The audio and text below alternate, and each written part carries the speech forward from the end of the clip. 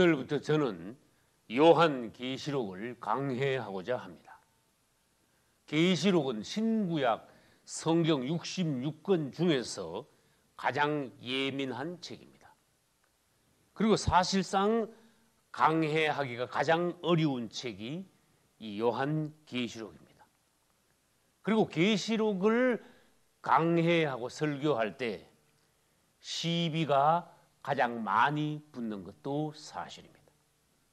그러므로 여러분, 설교자들은 요한계시록 설교하기를 꺼려하고 있는 것입니다. 그 결과 이 요한계시록은 지금까지 거의 닫힌 책이 되고 말았습니다. 이 시점에서 우리 그리스도인들은 계시록에 관한 인식을 정확하게 가져야 합니다. 할렐루야. 사단은 모든 성경, 모든 하나님의 말씀을 다 싫어합니다. 그러나 특히 성경 66권 중에서 마귀가 가장 싫어하는 성경은 창세기와 계시록입니다. 왜 그렇습니까?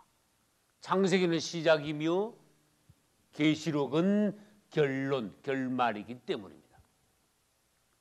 창세기를 모르고 계시록을 모르면 시작도 없고 끝도 없는 성경이 되고 만다는 것입니다.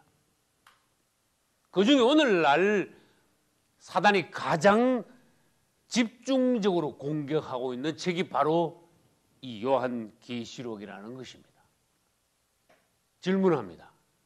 창세기와 마태복음과 요한계시록이 그 비중에 있어서 어떠한 차이가 있습니까? 똑같은 하나님의 말씀입니다. 우리는 똑같이 하나님의 말씀인 성경 전체를 연구하여 똑같이 말해야 합니다. 그런데도 오늘 현실은 어떠합니까? 요한계시록 하면은 유독 시비가 많이 붙으며 요한계시록 하면은 유독 이것이 예민하여 많은 논쟁거리가 되고 있습니다. 그리하여 어떤 이들은 그리스도인이면서도 요한계시록에 관하여 무관심한 이들까지도 있습니다. 그리고 요한계시록에 관하여서 더 심하면은 거부감까지 가지고 있는 이들도 있다는 것입니다. 반대로 어떤 이들은 요한계시록을 너무 강조하는 이들도 있습니다. 계시록에 대하여서 너무 신중한 생각을 가진 사람들은 어떻게 말합니까? 계시록을 함부로 말하지 마라. 잘못하면 이단된다. 여러분, 이런 말을 계속 자꾸 퍼뜨리고 계속 강조하면은 계시록을 설교하기도 거북해지고 계시록을 성도들이 집에서 연구하기도 불편해지고 결국은 하나님의 성경인 요한계시록이 우리 모두에게는 어느덧 닫힌 책이 되고 맙니다. 우리는 성경의 아주 중요한 결론 부분인 요한계시록을 모르게 됩니다. 무식하게 됩니다. 놓쳐버리고 맙니다. 그러면 마귀만 좋아하게 됩니다. 우리는 하나님의 생각으로 하나님의 마음을 성경에 따라 말해야 합니다. 하나님께서 요한계시록에 관하여 어떠한 생각을 가지고 계십니까? 이 시대에 특히 그 하나님의 생각을 말할 수 있는 자가 누구입니까? 사람의 생각이 아니고 어떤 치우친 자들에 관한 말이 아니고 하나님의 말을 해야 한다는 것입니다. 할렐루야. 그러면 요한계시록을 너무 강조하는 사람들은 뭐라고 말합니까? 어떤 이들은 요한계시록 모르면 구원도 못 받는다 이렇게 말합니다. 그건 틀린 말입니다. 요한계시록을 함부로 말하지 말라고 하는 것도 잘못된 것이고 요한계시록을 너무 강조하여 계시록 모르면 구원도 못 받는다고 말하는 것도 그것도 너무 과한 말입니다. 둘 다 틀린 것이라 그 말입니다. 그러면 성경은 계시록에 관하여 어떻게 말씀하고 계십니까? 계시록 가장 끝장, 즉 성경 1189장의 가장 마지막 장인 계시록 22장의 10절에서는 이 책의 예언의 말씀을 인봉하지 말라. 때가 가까움이라. 할렐루야. 한마디로 말해서 계시록은 열려야 한다는 것입니다.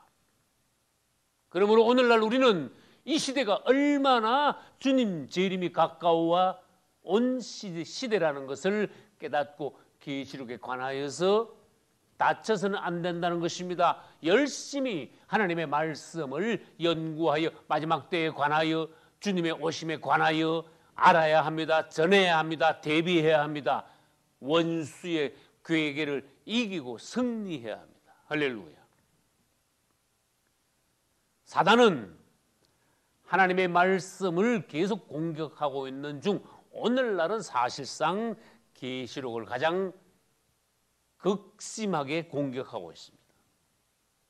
그 결과 어떠한 결과가 나왔습니까? 첫째, 계시록을 말하면은 마치 그 사람이 이단인 것 같은 취급을 당하게 되었습니다. 이것은 마귀 역사입니다. 창세기 말하면 가만히 있다가, 마태복음이나 다른 성경을 말하면 가만히 있다가, 유독 왜 계시록을 말할 때 색안경을 쓰고 봅니까? 저 혹시 이단 아니야? 왜 그런 말을 합니까? 그러면 계시록은 몰라도 된다는 것입니까? 그것이 하나님의 뜻입니까? 아니라는 것입니다. 똑같이 골고루 알고 말해야 된다는 것입니다. 오늘날 이 시대에는 참으로 계시록을 알기를 간절히 사모하는 그리스도인들이 대단히 많다는 것입니다. 할렐루야. 주님은 그들의 갈급함을 이 시대에 반드시 채워주실 줄로 믿습니다. 두 번째, 사단이 계시록을 공격한 결과 계시록이 어려워서 깨닫지 못하게 되었어요. 왜? 자꾸 계시록을 닫아 놓으니까 이 성경만큼은 유독 다른 성경보다 더 어려운 책이 되고 말았습니다. 그러니까 깨닫지 못하고 그에 대하여서 무식하니까 할 말도 없습니다. 여러분, 계시록에 대해서 함부로 말하지 마. 그러면 결국은 모릅니다. 모르면 말을 할 수가 없습니다. 그러면 성도들은 교회를 10년, 20년, 30년을 다녀도 계시록에 대해서 까막눈이 됩니다. 다시 말합니다. 그것은 마귀가 좋아하는 것입니다. 하나님께서 그것을 원치 않는다는 말씀입니다. 우리는 계시록을 알고 마지막 때를 대비해야 합니다. 할렐루야.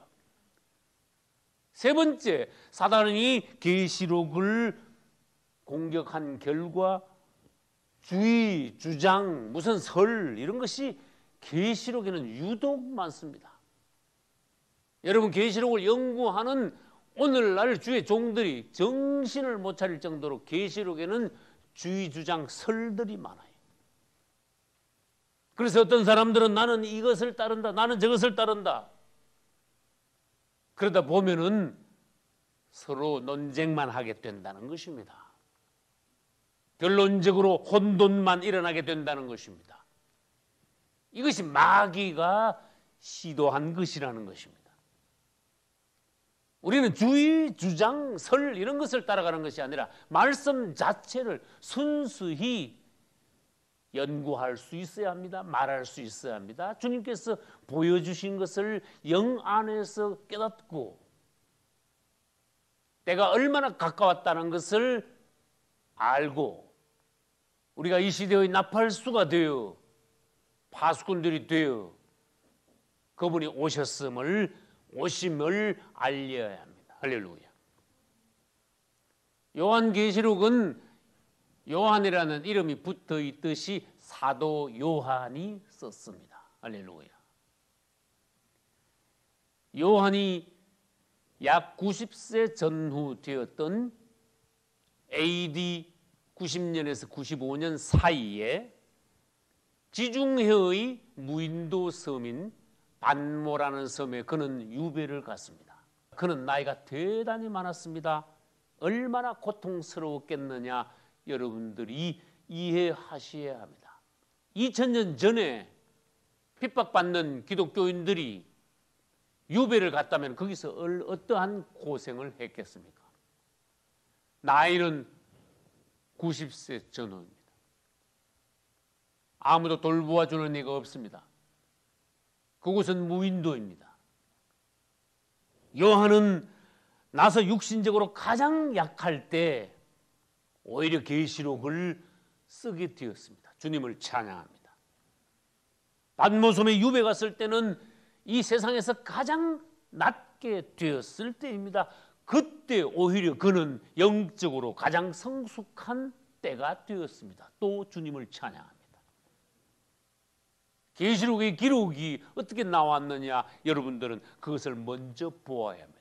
이제 요한계시록의 단락에 관하여서 보겠습니다. 요한계시록은 세 단락으로 나누어져 있습니다. 그것은 1장 19절에 근거합니다. 제가 1장 19절을 읽어보겠습니다. 내가 본 것과 이제 있는 일과 장차 될 일을 기록하라.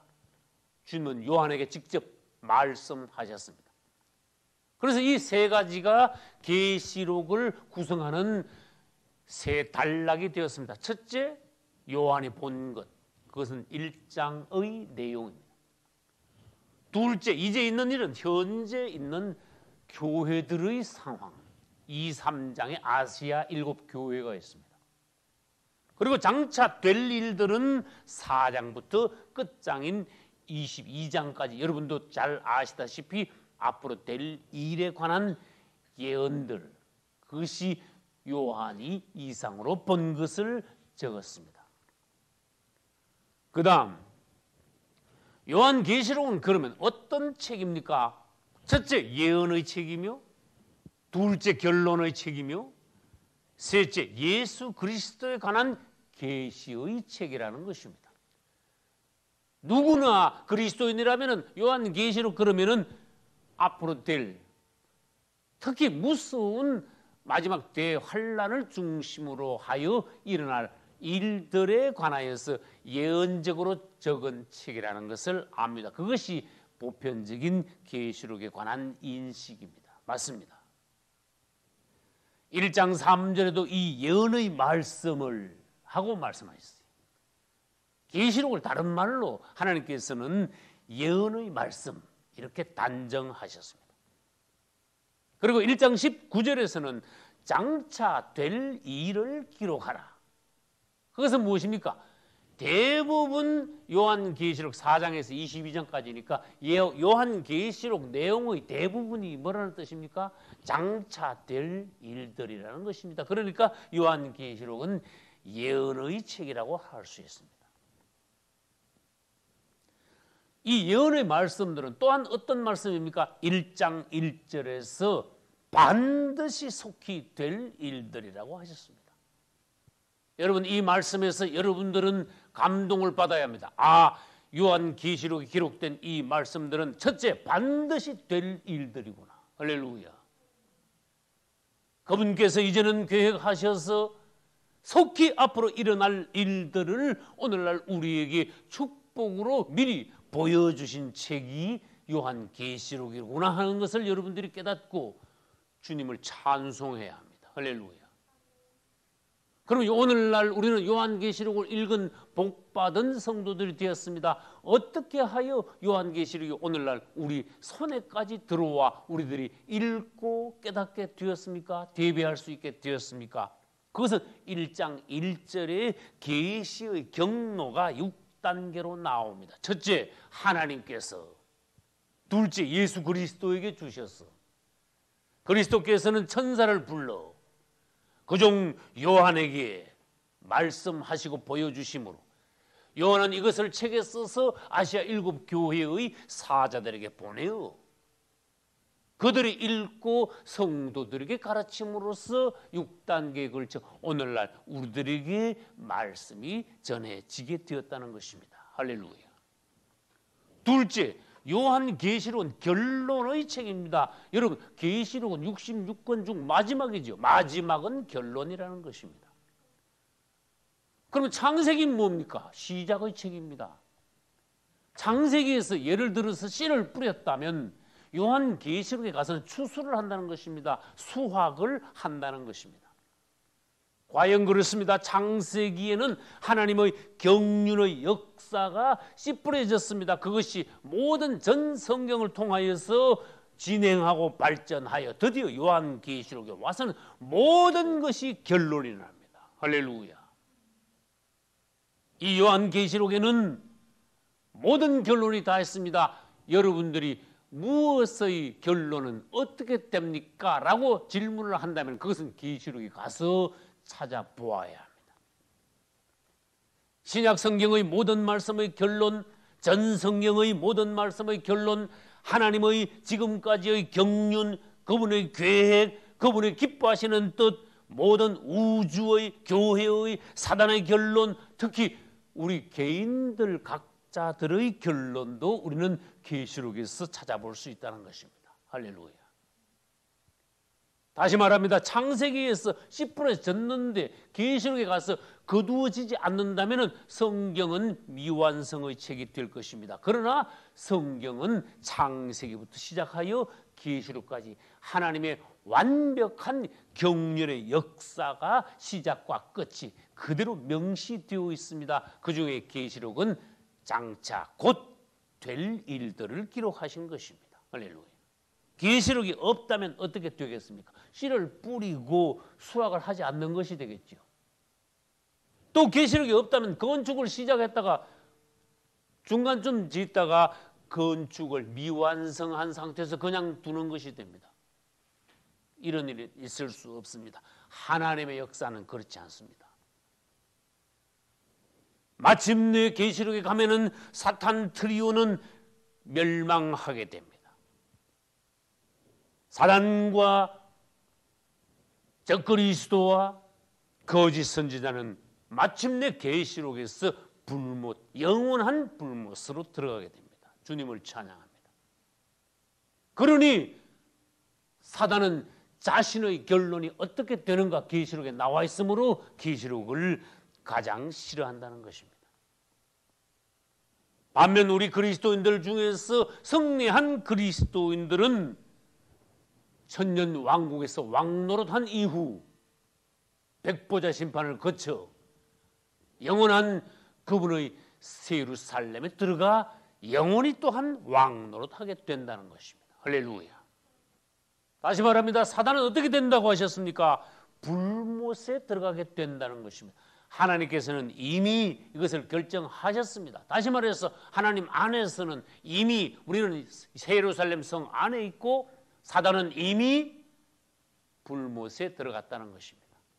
세 번째로 이 계시록은 예수 그리스도에 관한 계시를 기록한 책입니다. 1장 1절 첫 부분에는 예수 그리스도의 계시라라고 말씀하셨습니다. 예수 그리스도의 계시라라는 말씀은 예수 그리스도께서 우리에게 주신 계시라는 뜻이며 두 번째는 예수 그리스도 그분에 관한 계시라는 뜻입니다. 다시 말합니다. 창세기부터 계시록까지 전 성경의 주제요 주인공이신 예수님이시지만 특히 이 계시록에서 계시의 초점은 바로 우리 주 예수 그리스도시라는 것입니다. 할렐루야. 그리고 1장 2절과 9절에도 말씀하셨습니다. 이 계시록의 내용은 예수 그리스도의 증거라고 하셨습니다. 여러분, 계시록을 읽을 때 누구나 어떤 선입관이 있습니까? 앞으로 될 일에 관하여, 특별히 끔찍한 일들에 관한 기록이 계시록에 있다는 선입견이 있습니다. 그러나 우리는 좀 바꿔야 합니다. 계시록은 장차 일어날 일들에 관한 것이 사실 초점이 아니라 예수 그리스도 그분에 관한, 그분이 어떤 분이냐, 지금 현재 어떻게 사역하고 계시냐, 그분이 어떻게 다시 오셔서 우리들을 데려가시며 또 그분과 우리는 공중혼인잔치를 마치고 내려와 천년 왕국을 통과하여 영원한 새 예루살렘으로 들어가게 되느냐. 사실은 예수 그리스도 그분에게 초점이 맞추어져 있다는 것입니다. 할렐루야. 그분은 성경의 다시 말합니다. 주인공입니다. 핵심입니다. 주제이십니다. 성막으로 말하면 지성소 안에 있는 법궤와 같으신 분이시라는 것입니다. 할렐루야. 예수 그리스도 그분은 지금 어디에 계십니까? 부활 승천하여 하나님 보좌 우편에 계십니다. 그분은 육체 가운데 계십니까? 아닙니다. 이제는 혈육의 육체를 벗은 분이십니다. 그분은 땅에 계십니까? 아닙니다. 영광 가운데 등극하신 분이십니다. 특히 이 계시록에서 우리는 예수 그리스도의 실상, 그분의 영광을 볼 수 있다는 것입니다. 세 제자들은 변화산상에 그분을 따라 올라갔습니다. 그때 변화산상 위에서 예수님은 갑자기 변화되셨습니다. 영화롭게 되셨습니다. 하늘의 예수님의 모습이 그대로 나타나게 되었습니다. 영광스러운 주님, 할렐루야. 그분의 실체를 제자들에게 잠깐 보여주셨던 것입니다. 그리고 사도행전 9장에서 다메섹 도상에서 사도 바울은 그리스도를 만나, 즉 부활하신 예수님을 만나 꼬꾸라졌습니다. 3일 동안 앞을 볼 수 없게 되었습니다. 사도 바울이 만난 예수님도 부활 승천하신 영광 가운데 계신 예수님이었습니다. 이 예수님이 이번에는 누구에게 오셨습니까? 받모섬에 유배 생활하고 있는 90세 전후의 노인 사도 요한에게 찾아오셨습니다. 그분은 영광스러운 모습으로 종 요한에게 나타나셔서 앞으로 될 일들에 관하여서 이상으로 보여주셨습니다. 요한은 들은 것을 기록한 것이 아니라 자기 눈으로 본 것을 기록했습니다. 그래서 요한계시록은 더욱 특이합니다. 할렐루야. 다른 말로 해보겠습니다. 사복음서에서 예수님과 계시록의 예수님은 어떻게 다릅니까? 사복음서의 예수님은 아까 말씀드렸듯이 땅에 계셨던 예수님입니다. 육체 안에 계셨던 예수님입니다. 몸소 우리 가운데 계셨던 육체로 계셨던 예수님이십니다. 그러나 계시록에 있는 예수님은 더 이상 땅에 있지 않습니다. 육체 가운데 있지 않습니다. 그분은 부활하여 영화로우신 몸, 신령한 몸, 높은 몸, 참으로 아름다운 그분의 모습, 하늘의 영광을 회복한 몸을 가지고 승천하고 계신, 승천 중에 계신 예수님입니다. 그리고 그분은 다시 오실, 재림하실 예수님입니다. 할렐루야. 오시면 무엇을 합니까? 그분은 부활 승천하셨다가 재림하신 후에는 심판하실 것입니다. 요한계시록 20장에는 백보자 심판으로 모든 인류의 결론이 난다는 것을 말씀하고 계십니다. 그 다음 그분은 천년 왕국에서 만왕의 왕으로서 통치하실 분이십니다. 주님을 찬양합니다. 그분은 또한 예루살렘에서 영원한 왕이 되실 것입니다.